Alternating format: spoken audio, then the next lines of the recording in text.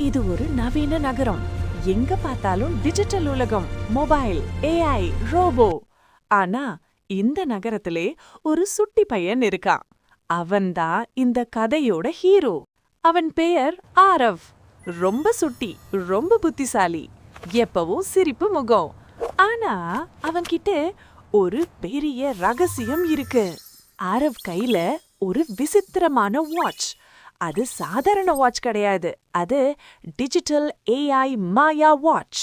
Hello Aarav, magic mode activated. Aarav சிரிச்சான், ஒரு விரல் தட்டினான். ரோட்ல நடந்து வந்த ஒரு பெரிய யானை. ஆரவ் மெதுவா சொன்னான், மினி மோட்.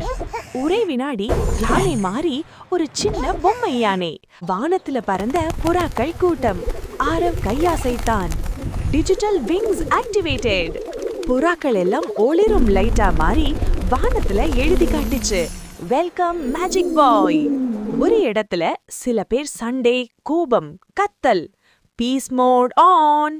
ஒரே நுழையில அவர்கள் எல்லாம் புகை மாதிரி மறைஞ்சு மீண்டும் சிரிப்போட தோன்றிடாங்க. Park, school, bus stand, Aarav போன எல்லா இடத்திலும் மாயாஜாலம், சந்தோஷம், ஆச்சரியம்.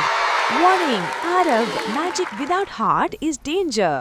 அந்த வார்த்தைகள் ஆரவ் மனசுக்குள்ள ஆழமா போச்சு.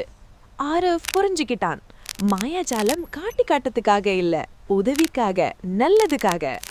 அந்த நாளிலிருந்து ஆரவ் மாயாஜாலத்தை பயமுறுத்த பயன்படுத்தல, மக்களுக்கு சந்தோஷம் தர பயன்படுத்தினார். ஏஐயும் மாயாஜாலமும் கையில இருந்தா போதாது, அதை கையாளும் மனசு நல்லதா இருந்தா அதுவே உண்மையான ஹீரோ. ஒரு நல்ல மனசு, அதுதான் உண்மையான மாயாஜாலம்.